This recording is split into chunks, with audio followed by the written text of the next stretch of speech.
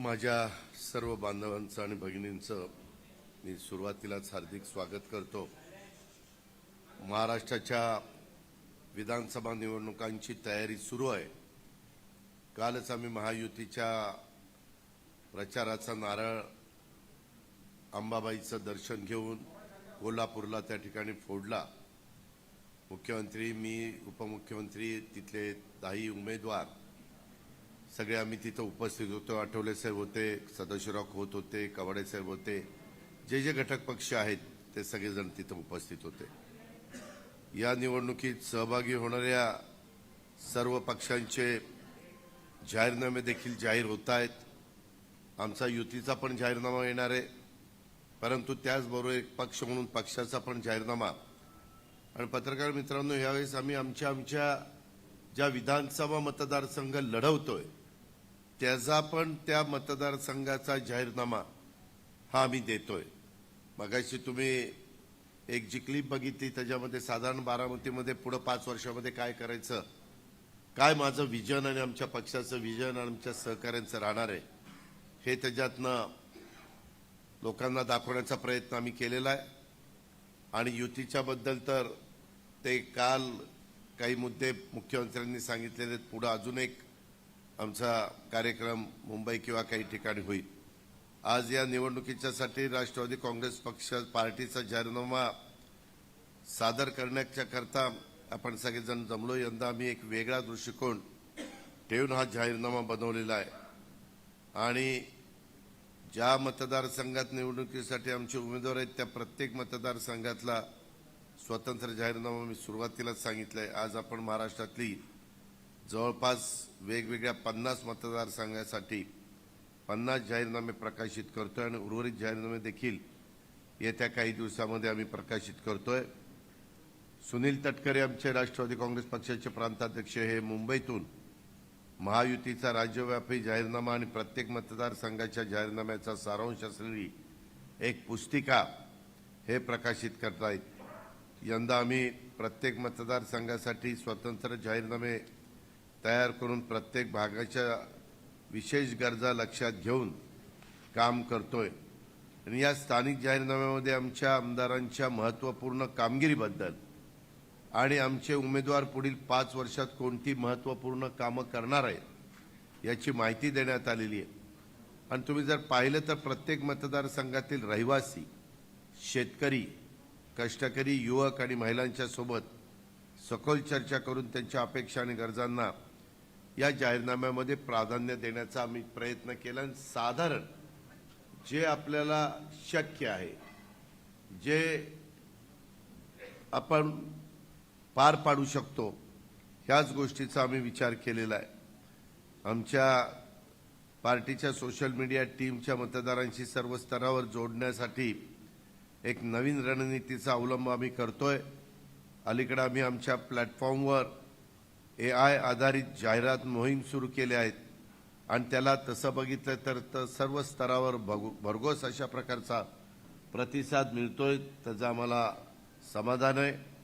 त्याचप्रमाणे आम्ही वेगवेगळ्या 50 विधानसभा मतदारसंघात देखील हे जाहीरनामे, व्हिडिओ आणि गाणे ही तयार केलेली आहेत। आज बारामतीचा उमेदवार म्हणून बारामतीचा जाहीरनामा सादर करण्याचा मला अभिमान आहे।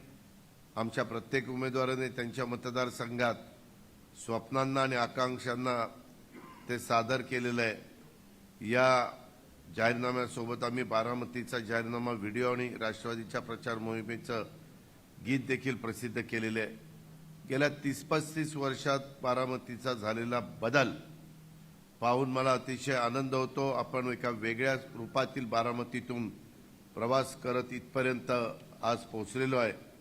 आणि मी आमदार म्हणून केलेल्या विकास कामं बारामतीमध्ये सर्वत्र दिसून येतात। मी गेल्या 5 वर्षामध्ये बारामतीला 9,000 कोटी रुपयांचे प्रकल्प आणि विकास कामं केली आहेत। महाराष्ट्रातील कोणत्याही विधानसभा मतदारसंघात याहून मोठा निधी आलेला नाही। या विविध विकास कामांचे विवरण एका विशेष पुस्तिकेत एकत्र केले आपण। मात्र आज मी आपल्यासमोर आमच्या आगामी काळातील जाहीरनाम्यावर लक्ष केंद्रित करण्याचा प्रयत्न करतोय। गेल्या 33 वर्षापासून माझं एकमेव ध्येय आहे ते म्हणजे बारामतीत प्रत्येक प्रगतीचा नवीन आलेख गाठणं.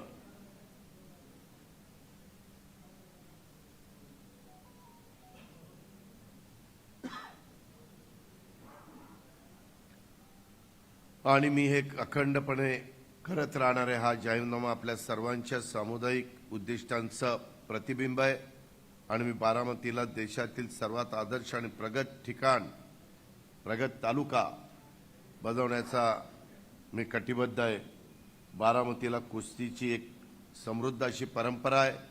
माझ्या स्वतःच्या कुस्तीवरील प्रेमावर इथल्या खेळाडूंना आवश्यक सुविधा पुरवण्याचा आम्ही प्रयत्न केला आहे. मात्र महाराष्ट्राने इतर राज्यांप्रमाणे आंतरराष्ट्रीय स्तरावर अद्यापही खेळात यश मिळवलेलं नाही, ही खंत माझ्या मनात नेहमीच असते. यावर उपाय म्हणून बारामतीमध्ये महाराष्ट्रातील पहिली जागतिक दर्जाची क्रीडा अकादमी उभी करण्याचं मी ठरवलेलं आहे. पंजाब आणि हरियाणासारख्या प्रगत राज्यांच्यामध्ये संस्थांच्यामधून प्रेरणा घेऊन ही अकादमी बॉक्सिंग, कुस्ती, भालाफेक, शूटिंग, पोहणं इत्यादी प्रकारचे खेळाडू तयार केले जातील. अशा प्रकारचा आणि आधुनिक सुविधा, वैधानिक कोचिंग आणि प्रशिक्षणासह ही अकादमी महाराष्ट्रातील खेळाडूंना प्रशिक्षण देईल. आम्ही बारामतीतील शेतकऱ्यांच्यासाठी 5,000 कृषी आधारित MSME फूड प्रोसेसिंग युनिटची एक नेटवर्क स्थापन करणार आहोत, ज्यामुळे रोजगाराच्या नवीन संधी माझ्या बारामतीकरांना आणि आजूबाजूच्या माझ्या सहकाऱ्यांना उपलब्ध होतील. तसेच एक बारामतीत लॉजिस्टिक पार्क लवकरच उभारण्यात येणार आहे, जे कुरिअर, लघु स्टोरेज सुविधा, वाहतूक केंद्र आणि कॉल सेंटर यांच्यासारख्या उद्योगांचं केंद्र बनावं, ज्यामुळे स्थानिक रोजगारांना त्या ठिकाणी संधी निर्माण होतील. विकासाच्या दिशेने एक मोठं पाऊल म्हणून बारामतीला भारतातील पहिलं सौर ऊर्जा शहर बनवण्याचा आमचा मानस आहे, जिथे घरे, रस्ते आणि सार्वजनिक इमारतीत यातील सर्व उपकरणं सौर ऊर्जेवर चालतील. आरोग्याच्या क्षेत्रात बारामतीत एक अत्याधुनिक, सध्या कॅन्सरचं प्रमाण जगात वाढतंय, महाराष्ट्रात वाढतंय, देशात वाढतंय, तर कॅन्सरवर कर्करोग रुग्णालय उभारण्याचा मी निश्चय केलेला आहे, ज्यामुळे पुणे मुंबईला जाऊन उपचार घेण्याची गरज आज माझ्या ग्रामीण भागातल्या जनतेला जी भासते ती भासणार नाही. स्थानिक जाहीरनाम्याची ही कल्पना ज्या सर्व मतदारसंघात आम्ही निवडणुकीसाठी उभे आहोत त्यासाठी वापरली गेलेली आहे. यापूर्वी महाराष्ट्रातील जनतेच्या शंकांचं निरसन करण्यासाठी महाराष्ट्रवादी हेल्पलाईन सुरू केली होती. 98 61 71 71 71 हा त्याचा नंबर आहे आणि त्याला चांगला प्रतिसाद मिळाला. ह्या हेल्पलाईनवर जवळजवळ 25 लाख कॉल्स हे आलेले आहेत. महाराष्ट्रातील कोणत्याही पक्षाच्या हेल्पलाईनसाठी हा विक्रमी आकडा आहे.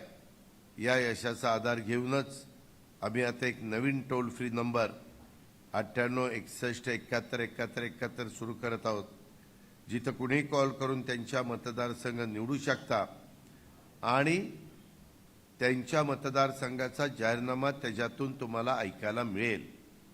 ही सेवा विशेषतः ग्रामीण भागातील लोकांच्यासाठी आहे, ज्यांच्याकडे स्मार्टफोन आणि सोशल मीडियाचे ॲप्स नाहीत. त्यांना सहजपणे जोडण्याची सुविधा या टोल फ्री नंबरमुळे उपलब्ध होणार आहे. आजचा कार्यक्रम फक्त बारामतीकरांच्यासाठीच नाही, तर ज्या ज्या मतदारसंघात आम्ही सेवा देतोय, उमेदवार उभे केलेले आहेत, त्या सर्वांच्यासाठी एक वचन आहे. आपल्या समर्थनासह आम्ही हे स्वप्न सत्यात उतरू आणि महाराष्ट्राच्या प्रगतीसाठी आणि समृद्धीसाठी राष्ट्रवादी काँग्रेस पक्ष हा काम करत राहील आणि महायुतीचा घटक म्हणून देखील त्यामध्ये तो महत्त्वाची जबाबदारी पार पाडेल. हेच मला आजच्या पत्रकार परिषदेच्या निमित्तानं सांगायचं आहे. आज उमेदवार म्हणून त्याच्यामध्ये अद्ययावत आरोग्य सुविधेचा आमचा वादा आहे. बरीचशी कामं झाली, अजून की राहिलेली ती आता 5 वर्षात मला करायची. सर्वांगीण शिक्षणाच्या पायाभरणीचा वादा, आज मला अभिमान आहे, जिल्ह्याची ठिकाणं सोडली तर तालुक्याच्या ठिकाणाचा विचार केला तर बारामती तालुका एक विद्येचं माहेरघर ग्रामीण भागातलं त्याची अशा प्रकारची ओळख आपली निर्माण होतीये। दर्जेदार रस्ते आणि पायाभूत सुविधांचा वादा, तुम्हाला माहिती आहे की मला क्वालिटीला मी महत्त्व देतो आणि रस्ते उत्तम असले पाहिजेत, त्याचा दर्जा चांगला असला पाहिजे, ही आमचं त्याच्यामध्ये व्हिजन राहणार आहे। शेती व शेतकऱ्यांच्या विकासाचा वादा, शेती हा मुख्य व्यवसाय आहे, त्याचा वादा आम्ही करतोय। सामाजिक विकासाचा वादा, ही एक गोष्ट आम्ही या निमित्तानं करतोय।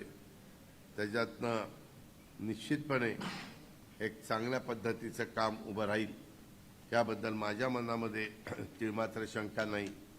या ठिकाणी जाहीरनामा शुभारंभ प्रसंग राज्यातून 59 ठिकाणी थेट प्रक्षेपणाद्वारे प्रतिनिधी सहभागी झालेले, त्यांचंही मी मनापासून स्वागत करतो। आणि त्या प्रतिनिधींना खरं तर मी कालच त्यांच्याशी बोललेलो आहे, परंतु कोणाला काही त्याच्याबद्दल विचारायचं असेल तर ते माझ्याशी संभाषण करू शकतात, अशा पद्धतीचं आव्हान मी या निमित्तानं करतो आणि इथंच थांबतो। धन्यवाद। जय हिंद, जय महाराष्ट्र। बोला बोला।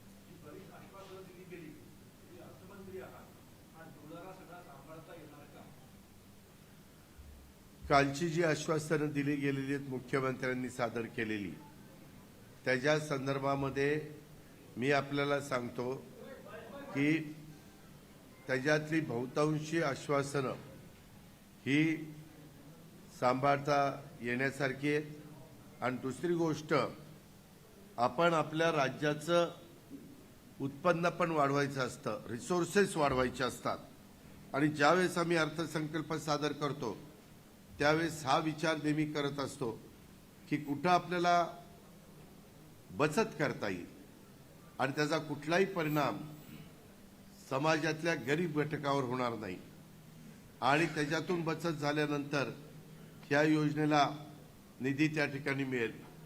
मला तुमच्या या प्रश्नावरून काल मी एक विरोधी पक्षाचं दुपारी भाषण ऐकली, त्यांनी एकीकडे आमच्यावर आरोप करतात एवढ्या घोषणा प्रत्यक्षात कशा येणार, ह्या घोषणा प्रत्यक्षात यायला राज्य कर्जबाजारी होईल किंवा म्हणतात राज्य कंगाल झालंय वगैरे वगैरे, आणि त्यांनी त्याच्यात आणखीन आकडे वाढवले, आम्ही जे देतोय त्याच्यापेक्षा जास्तीचा, आणि शिवाय आणखीन वेगवेगळ्या योजना ज्या आर्थिक भार देणाऱ्या आहेत अशा प्रकारच्या त्यांनी त्या सादर केल्या। मी त्याच वेळेस ते बघितल्यानंतर म्हणलं की जे अर्थ मंत्रालय म्हणून 10 वर्षाचा अनुभव बघता त्याच्यातल्या बऱ्याचशा योजना त्यांना त्या ठिकाणी करताच येऊ शकणार नाही। आणि दुसरी गोष्ट, केंद्र सरकार त्यांच्या विचाराचं नसल्यामुळे केंद्रातनं जी भरीव अशा प्रकारची मदत ही राज्याला मिळायला पाहिजे, ती त्या बाबतीमध्ये त्यांना मिळू शकत नाही।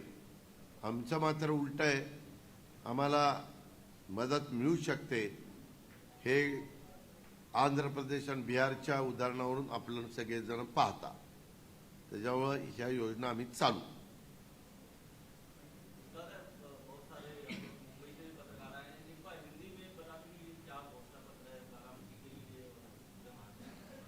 पूरे महाराष्ट्र के लिए जो घोषणा पत्र है उसके बारे में हमारे पार्टी के प्रेसिडेंट मिस्टर सुनील तटकरे जी ये बम्बई में है, वहाँ से उन्होंने प्रेस ली है। बारामती का मैं आपको बताता हूँ, बारामती के बारे में मैंने वादा किया है मेरे वोटर्स को, बारामती के लोगों को, कि यहाँ सभी एजुकेशन के बारे में जो जो कोर्सेस यहाँ शुरू होने की ज़रूरत है या जो जो ब्रांचेस निकालने की ज़रूरत है, वो सब कोर्सेस हम देने की डिसीजन लेंगे। इसमें रोड्स भी हम अच्छी तरह से बनाएंगे, जहां दूर तक जाने के लिए विलेज रोड नहीं है, वो भी, जिसको हम पानंद रास्ते बोलते हैं, पानंद रास्ते मराठी में, वो भी हम अच्छे से अच्छे करके देंगे।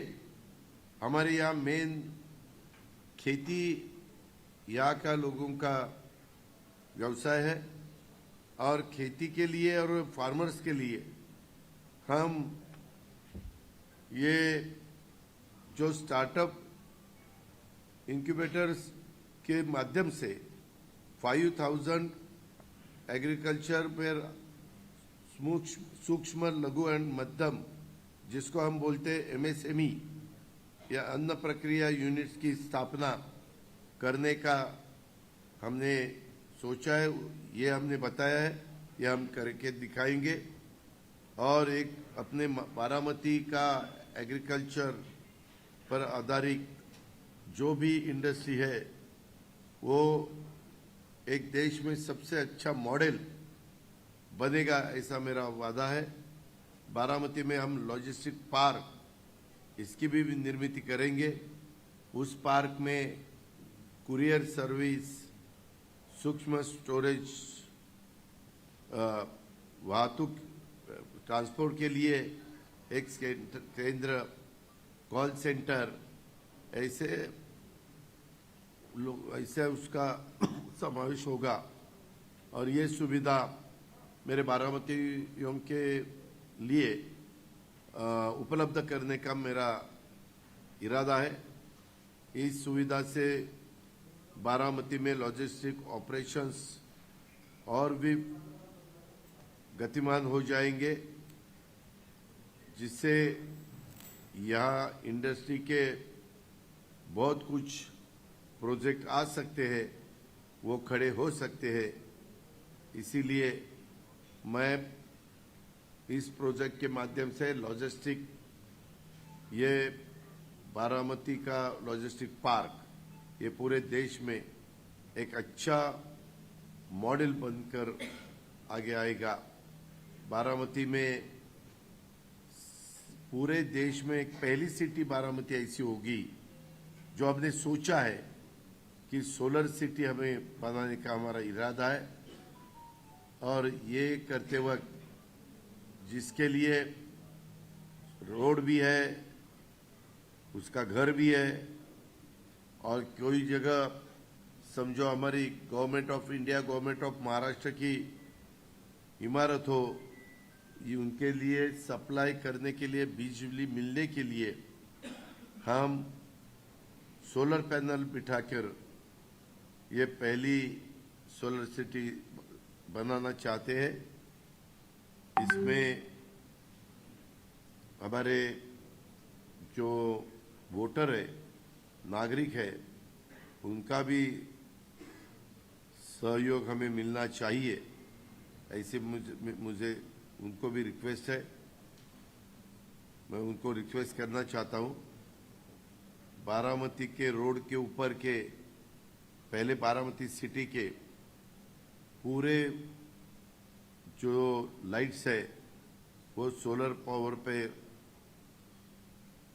हम चलाने वाले, उससे पावर की बचत होगी।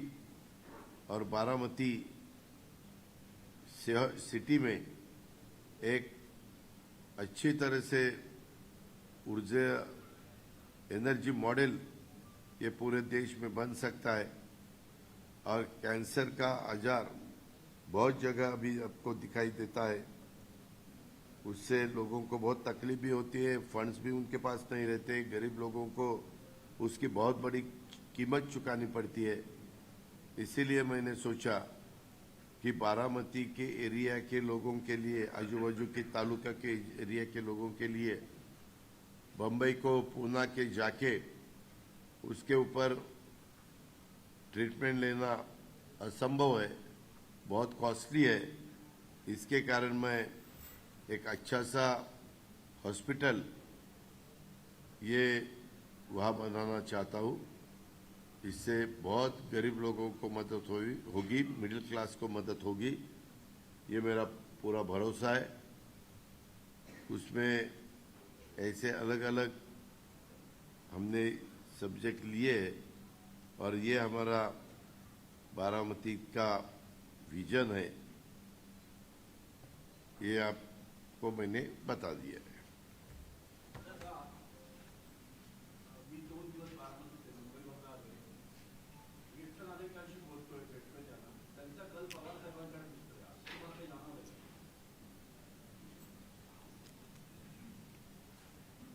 लोकसभेच्या वेळेस तसा कल मला जाणवत होता, विधानसभेला निश्चित बारामतीकरांचा कल बदललेला आहे आणि तुम्हाला तो 23 तारखेला पाहायला मिळेल।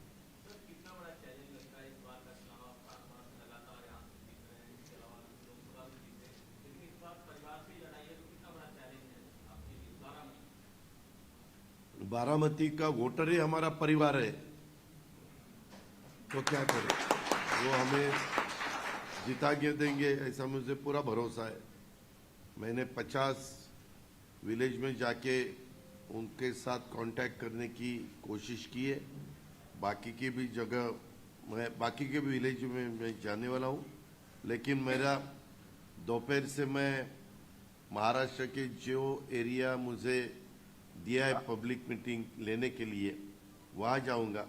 वहाँ सुबह तो ये नहीं रहता, पब्लिक रैली आप ले नहीं सकते, 4 बजे 6 बजे 8 बजे ऐसे उसका टाइमिंग रहता है।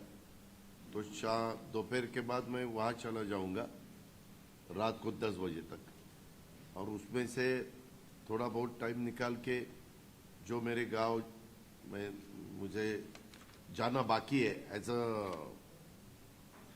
कैंडिडेट, वो जाने की मैं पूरी कोशिश करूँगा। उसके बारे में मुझे मेरे पार्टी के प्रेसिडेंट ने प्रोग्राम भी दिया है।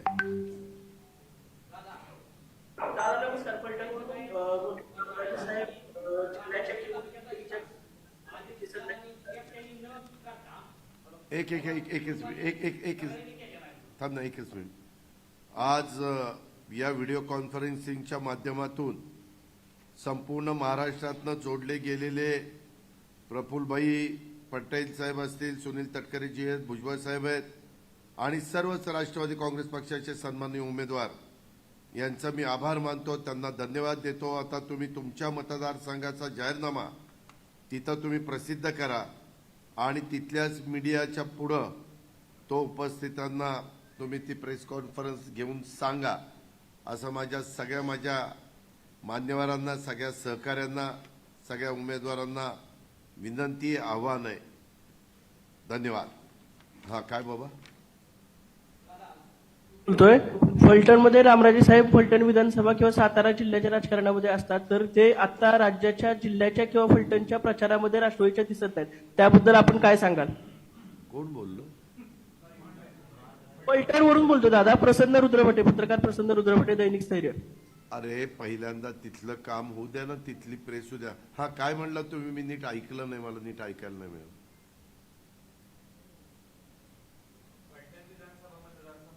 हा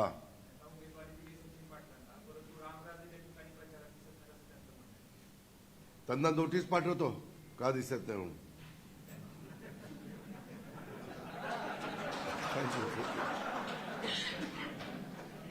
हाँ आप बोलिए। हाँ तुम्ही सांगा।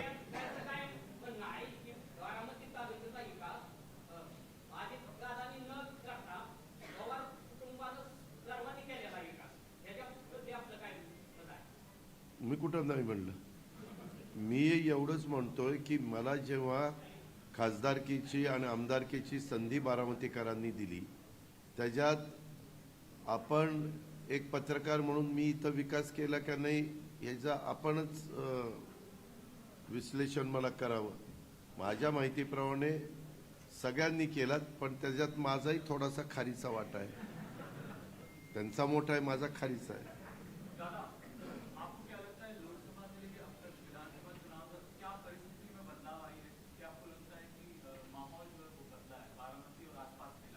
महाराष्ट्र का माहौल बदला है, इसका कारण ये है, एक तो तीसरी बार सेंट्रल में एनडीए सरकार आया है, गवर्नमेंट आया है। दूसरा, उन्होंने महाराष्ट्र के लिए जो बार बार हमारे अपोजिशन वाले बोलते कि यहाँ के प्रोजेक्ट, यहाँ के इंडस्ट्री बाहर जा रही है, गुजरात जा रही है, वो सब गलत है।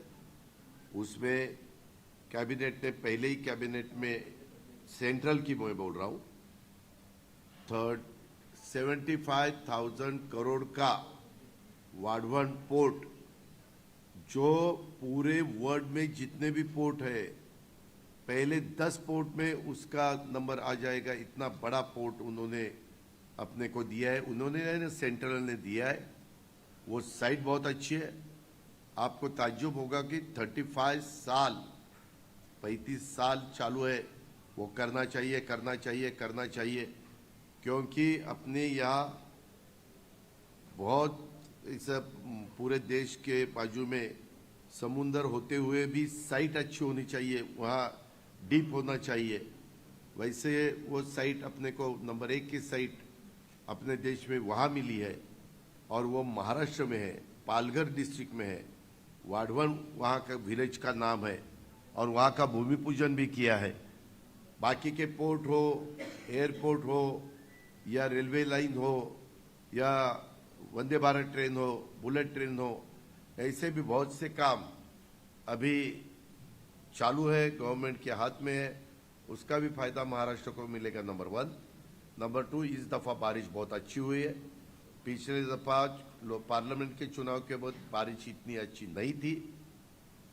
जब बारिश अच्छी नहीं रहती है तो हमारे फार्मर्स बहुत परेशान रहते हैं, उनका मन नहीं करता खेती करने के लिए। लेकिन अभी सब अपनी अपनी खेती ठीक तरह से कर रहे, क्रॉप ले रहे। हमने इंश्योरेंस 1 रुपए में उनको दिया है।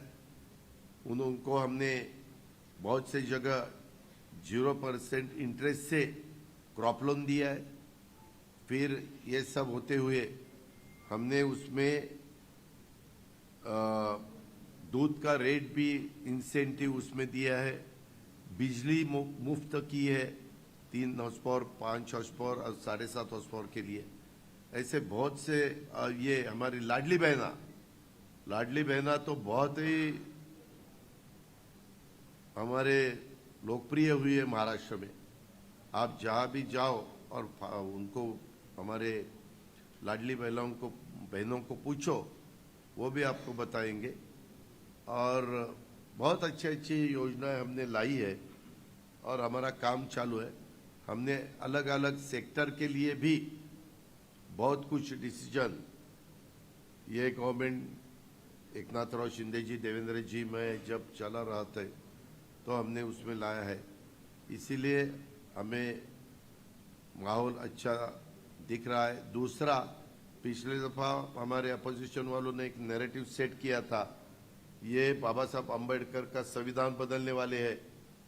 ये तो बिल्कुल होने वाला नहीं था, कभी होगा भी नहीं। और अभी तो जो न्याय देवता है उसकी आंखों की जो पट्टी थी, आंखें बंद की थी, वो निकाली और उसके हाथ में संविधान दिया है। और हमेशा संविधान के बारे में प्राइम मिनिस्टर से सब पूरा देश एक रिस्पेक्ट हमेशा दिखाता है। तो वो भी अभी पता, वो तब उनको ऐसा लगा ये रिजर्वेशन अभी नहीं मिलेगा अपने को, ये लॉ अपने इसके संविधान भी वो कैंसिल करेंगे। ऐसे बहुत गलत उन्होंने आरोप किए और नैरेटिव सेट किया, उसकी भी बहुत बड़ी कीमत हमें चुकानी पड़ी।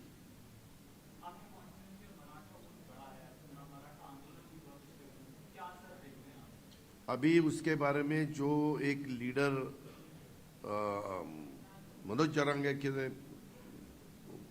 वो आगे आए, तो उन्होंने 2 या 3 दिन पहले बताया कि चुनाव, पहले बोल रहे थे कि हम चुनाव लड़ने वाले, कैंडिडेट देने वाले, लेकिन बाद में उन्होंने बहुत लोगों के साथ बात जब की तब उन्होंने डिसीजन लिया कि अपने को लड़ाना नहीं, जिन वोटर्स को जो अच्छा कैंडिडेट लगेगा उसको वोट देना, ऐसा उन्होंने आह्वान किया।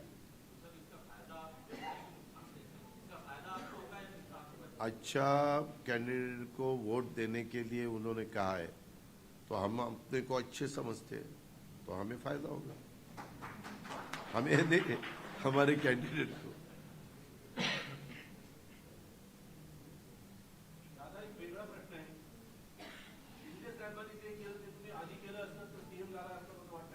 नाही आता ते आमच्या मराठीत म्हणतात आत्याबाईला मिशा असते तर आपण काय म्हणलो असतो. आता आत्याबाई पण नाही, तिला मिशा पण नाही, कुठं काढता. आता आम्ही इतकं पुढं आलो, पुन्हा तुमच्या प्रश्नाला काही उत्तर दिलं तरी आमची प्रेस जाईल बाजूला आणि तीच ब्रेकिंग न्यूज होईल.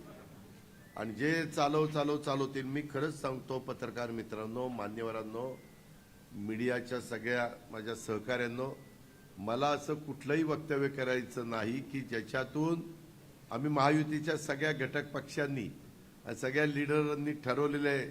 आम्ही प्रवक्त्यांनाही सांगितलंय, बाबांनो काही असं कुणी वक्तव्य करू नका, वाचाळवीरांनो गप्प बसा. कुठंही असं ज्याच्यातून कारण नसताना समाजात तेढ निर्माण होईल, कारण नसताना एक नवीन इश्यू पुढे येईल आणि एवढं चांगले सगळे गोष्टी केलेल्या असताना त्याच्यातनं लक्ष दुसरीकडे डायव्हर्ट होईल, असं आम्हाला होऊन द्यायचं नाही. आम्ही एकोप्याने निवडणुकीला सामोरं चाललोय. काल पण तुम्ही कोल्हापूरमध्ये बघितलं असेल, आम्ही एकत्रपणे सगळ्या घटक पक्षांनी मिळून तिथं प्रचाराचा नारळ फोडलेला आहे. आता प्रत्येक मिटिंगला, हा बरं झालं आठवलं, प्रत्येक मिटिंगला आम्ही सगळेच तिघं तिथं असू असं नाही. आता राहिलेल्या दिवसात प्रत्येक जण आपापल्या मिटिंग घेत राहतील. नाहीतर इथं मिटिंग झाली, इथं हा दिसला नाही, तिथं झाली, तिथं तो दिसला नाही. आता यांच्यात काय फूट पडली का असलं काही नाही. आम्हाला कमीत कमी आता 14 दिवस आज राहिलेत. 14 दिवसात जास्तीत जास्त ठिकाणी आम्हाला पोचायचंय आणि सगळ्यांनी वेगवेगळ्या भाग वाटून घेतला आणि जिथं आम्हाला बोलवतील तिथंच आम्ही जाणार ना. आम्हाला जर बोलवणं नसेल आणि आम्ही तिथे गेलो तर लोक तरी ऐकायला पाहिजे. त्याच्यामुळे आम्ही कॅन्डिडेटला विचारलंय, तुम्हाला कोण कोण वक्ते म्हणून पाहिजेत, कोणते लीडर पाहिजेत, आणि त्यांनी त्यांच्या दिलेले आहेत की बाबा हे एवढ्या सभा. आणि मी ॲज अ कॅन्डिडेटच्या नात्याने सांगतो, फार सारख्या सभा पण लोकांना नको असतात, कारण त्या उमेदवाराचं सगळं लक्ष मग त्या सभेवर जातं, त्याचा दिवस त्याच्यामध्ये जातो, खर्च त्याचा वाढतो. बरं, खर्च 40 लाखच आहे, त्याच्यात 25 लाखच उमेदवाराला करायचा आहे, 15 लाख पार्टीचा जो स्टार प्रचारक असतात त्यांच्या खर्चाच्या करता ठेवावे लागतात. अशा सगळ्या गोष्टी आहेत. त्यामुळं सध्या व्यवस्थितपणे प्रचार करणे. आता एकनाथराव शिंदे मुख्यमंत्री आहेत, त्यांच्या नेतृत्वाखाली महायुतीचा प्रचार चालू आहे. आम्ही एकनाथराव आपले देवेंद्रजी आम्ही पण पूर्णपणे त्याच्यामध्ये झोकून दिलंय आणि निवडणुकीला आम्ही सामोरं जातोय.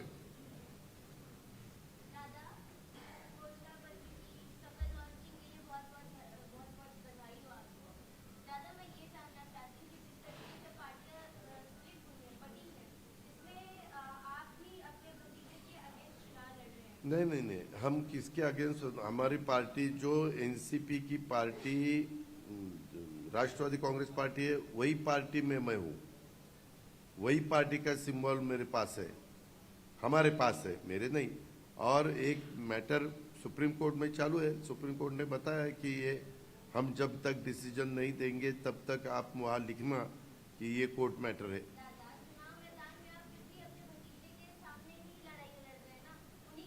नहीं, सुनो, पहले मेरे पार्टी ने डिक्लेयर किया कि यहाँ का कैंडिडेट अजित पवार है.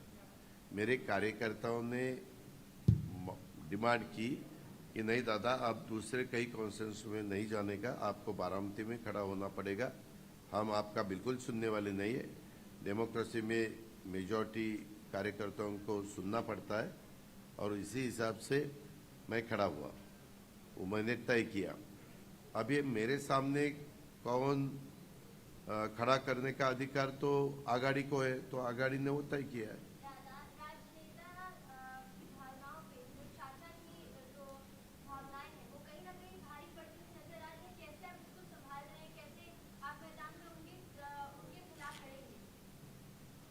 मैं क्या लड़ नहीं सकता?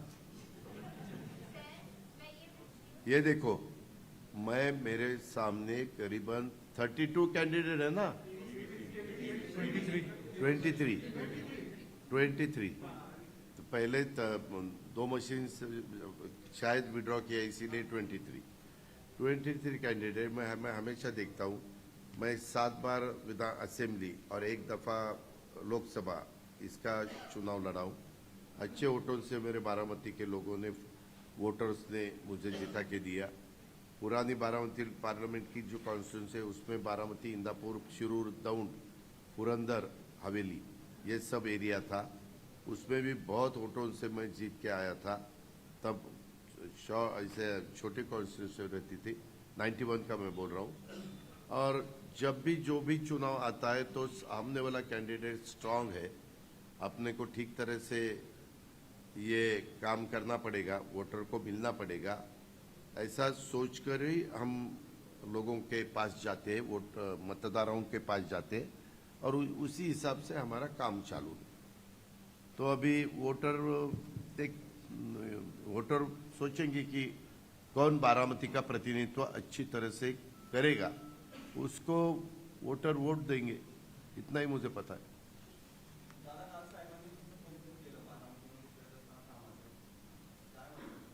चांगले वाटतंय।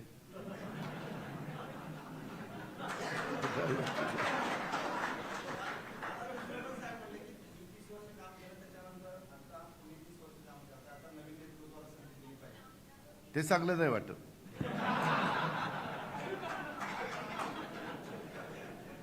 अरे काय, मी काय म्हातारा बितारा तुला दिसायला लागतो? अरे अजून पाहिजे ते करायला सांग, नाही केलं ते यायला पवारीच्या।